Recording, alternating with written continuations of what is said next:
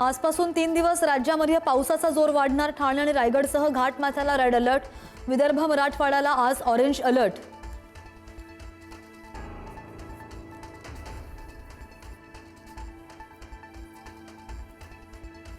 आजही मुंबईसह उपनगरामध्ये मुसळधार पाऊस।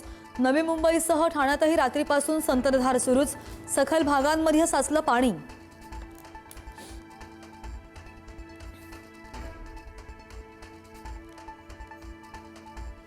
मुंबईतील मुसळधार पावसाचा परिणाम लोकलवरही। तीनही मार्गांवरील लोकल 10 ते 15 मिनिटे उशिरानं। प्रवाशांना रेल्वेचे वेळापत्रक पाहून घराबाहेर पडण्याचं आवाहन।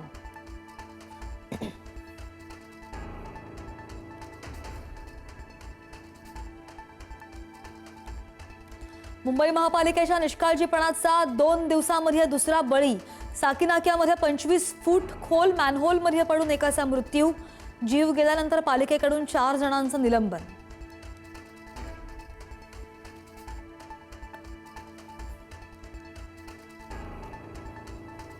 मुंबईमध्ये 2 दिवसात 2 मृत्यू। मॅनहोल आणि चेंबूरमध्ये झाड पडून मुलाचा मृत्यू झाल्याचे पडसाद आज विधानसभेत उमटणार।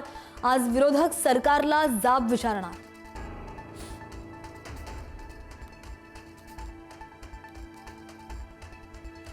केतन अग्रवाल हत्या प्रकरणात नवा धागा समोर। खुनाच्या गटाची माहिती असलेला तरुण पुणे ग्रामीण पोलिसांच्या ताब्यात। तरुण चेतन चौधरीचा वर्गमित्र। अधिक चौकशी सुरू।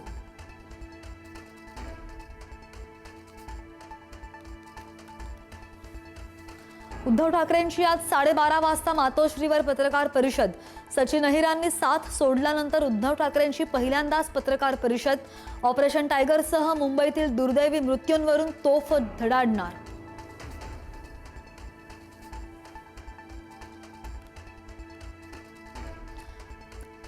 महिला डब्यांमध्ये 12 तास होमगार्ड्स तैनात केले जाणार। मुंबई लोकल सुरक्षेसाठी कडक उपाययोजना। सीसीटीव्ही आणि फेशियल रिकग्निशनचा रेल्वेमध्ये वापर। रेल्वे पोलिसांच्या मनुष्यबळ वाढीची केंद्राकडे मागणी।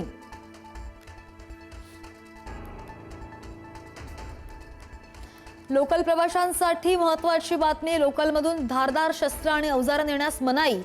रेल्वे स्थानकावर प्रवाशांच्या बॅग्सची तपासणी होणार।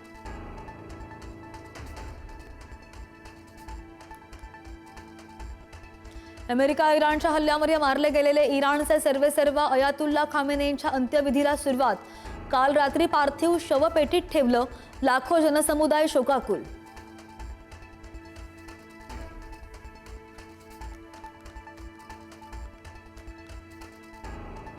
फिफा वर्ल्ड कप 2026 मध्ये अटीतटीच्या सामन्यामध्ये पोर्तुगालचा विजय। क्रोएशियाला नमवत क्रिस्टियानो रोनाल्डोच्या पोर्तुगाल संघाची राऊंड ऑफ 16 मध्ये धडक। रोनाल्डो आणि गुंजालो रामोसच्या गोलच्या जोरावर पोर्तुगालचा विजय।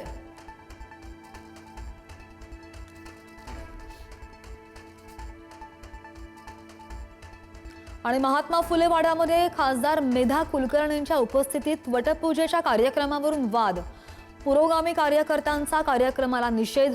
पुरातत्व विभागावरही आक्षेप।